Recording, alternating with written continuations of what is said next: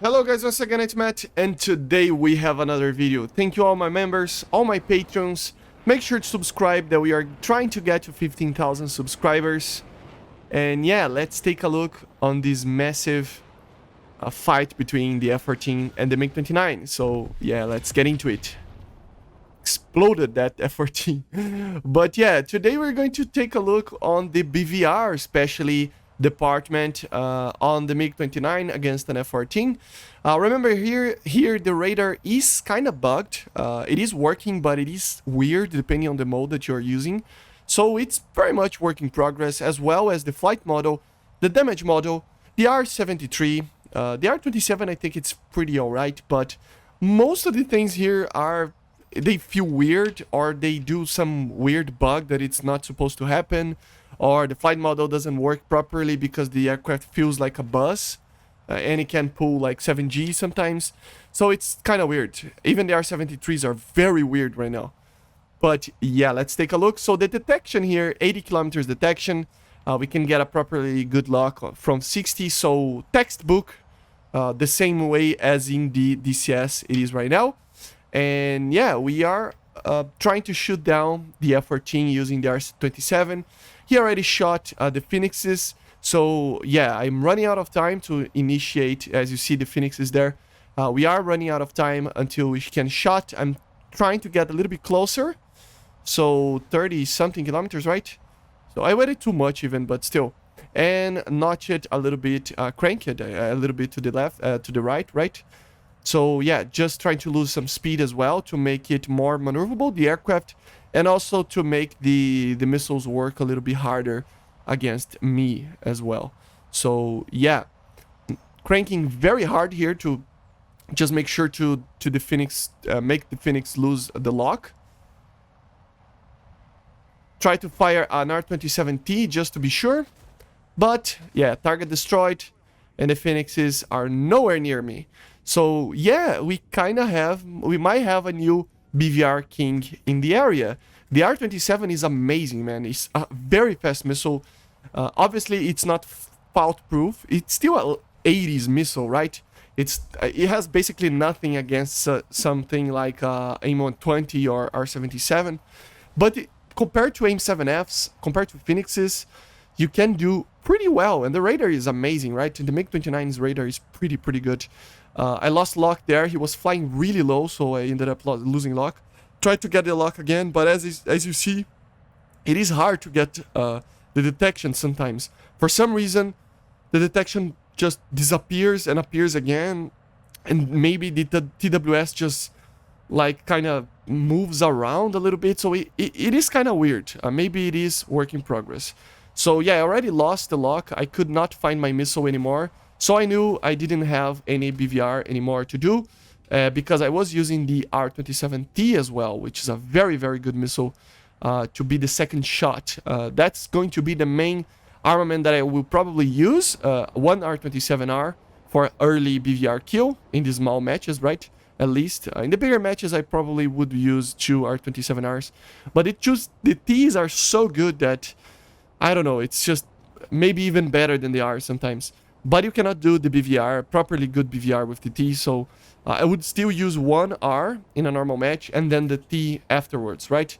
As I said before, I don't know if we had, I don't know why I had my air brakes on here. I was really looking for the target and not paying attention to my aircraft enough.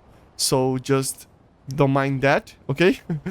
But yeah, in the general sense, I think we have to wait until the patch is released. I will be doing videos on how to use this radar, because it is a little bit different. It is the first radar in the game to be a fully pulse Doppler radar. So it doesn't have any other mode that it's not pulse Doppler, which is pretty different, to be honest, because the technology was getting to a point that they decided to not add normal modes for certain situations of notching and etc. So yeah, it becomes kind of a different thing, right? Kind of a different beast. But yeah, the BVR didn't work for him, didn't work for me, so we went for the dogfight here. As you see, the R-73 has basically no IRCCM. It has a little bit of a gate, a smaller gate than normal missiles. But right now, due to balancing purposes, it is using the same codes as the R60M. So don't expect the R73 to be like this when it's fully added, or if it's added at all for now. I don't know. They are considering adding it nerfed or not adding at all and just having the R60M. But I don't know. I just feel like the R73 should be added, but maybe not like this, not nerfed. Maybe wait a little bit for more advanced aircraft to be added and everybody to has a properly good 4th gen. And then maybe we can have the R73 against AIM-9Ms and other stuff. Then we can have the proper IRCCM of the R73, because right now it's just the missile is completely nerfed. Like it has basically no thrust vectoring. When the thrust vectoring works, it basically is a SRAM. It kind of loses gyroscopic stabilization and it turns around crazy. So yeah, the missile is really bugged right now.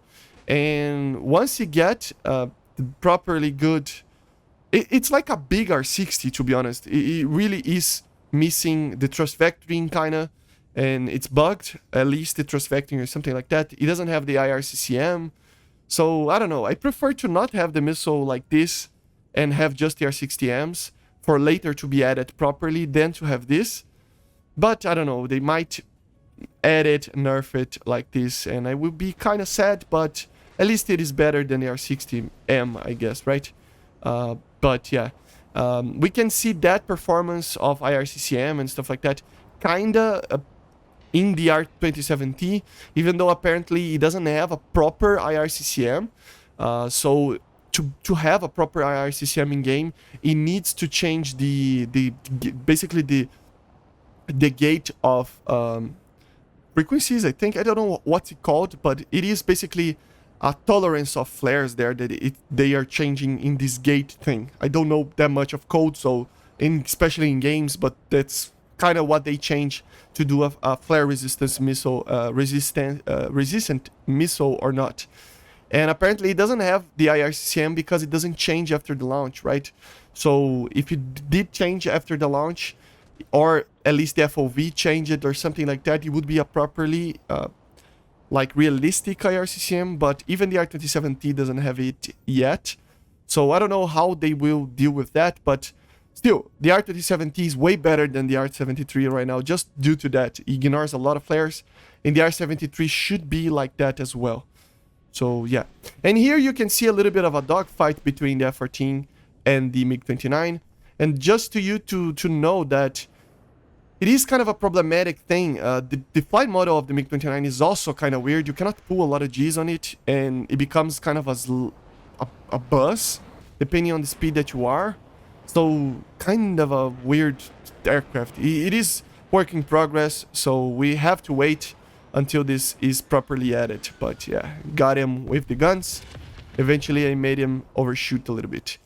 And then after that, we tried to do some more BVR. Remember, as I said, these missiles are not fault-proof. They will miss. It's not something out of the world. I mean, it's not extraordinary. It's the same kind of principle as an R24R and the R24T, but an evolution of that. An evolution in like 5 years of technology, kind of. So it will be better, obviously. It has a lot more range. It has a properly good data link together with the INS. So it is better overall as the autopilot, and if you lose lock, you have a lot more time to deal with that situation. I have to test it out a little bit more to kind of feel how that it's going to work. And yeah, but as you see, 20 kilometer shot with the R27T. So you can get a lot of very long range shots with the Ts as well.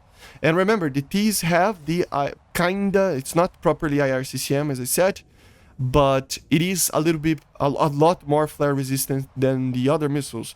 So I understand that a lot of people will end up having and just using the T variants more. Here I just passed it out and I just died because of that, because basically my mistake.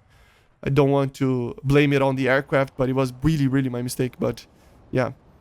So yeah, trying again. But as you see, he used the ground. So it depends how do you try to do engagements. I normally don't fly low. A lot of people fly low. But then, if you saw that, he actually evaded my missiles going behind a mountain. So that made me lose lock, and the R-27T just lost lock as well. So, yeah, problematic, right? You have to be careful with the shots. These far range shots, they are kind of a lucky thing. The effective range of, especially if the R-27R, is about 40 kilometers. 30 kilometers, something like that, but it depends on the altitude, depending on many things. I would say that at 10 to 11,000 meters, as I'm flying here, I would say that it's around 40 kilometers, flying Mach 1 plus, right? If you are flying low, I would say it's 15, 20, if it's sea level kind of engagements, you know. So it will be around 20 to 40 kilometers, depending on altitude, depending on many things.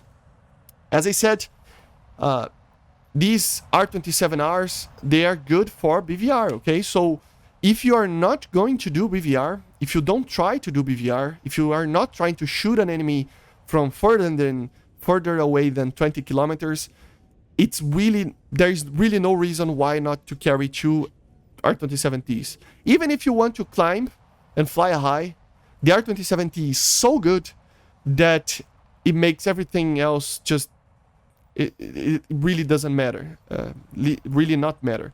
So as you see here, got a lock for the R-27T, and it's basically a Fox 3 missile. It will ignore a lot of the flares. I just went completely on defensive, and I got him. So amazing, amazing. So yeah, guys, let me know in the comments what you think about the MiG-29, if it's going to be better than the F-14 in the BVR engagement and any other thing like that. And I see you guys on the next one. Make sure to subscribe.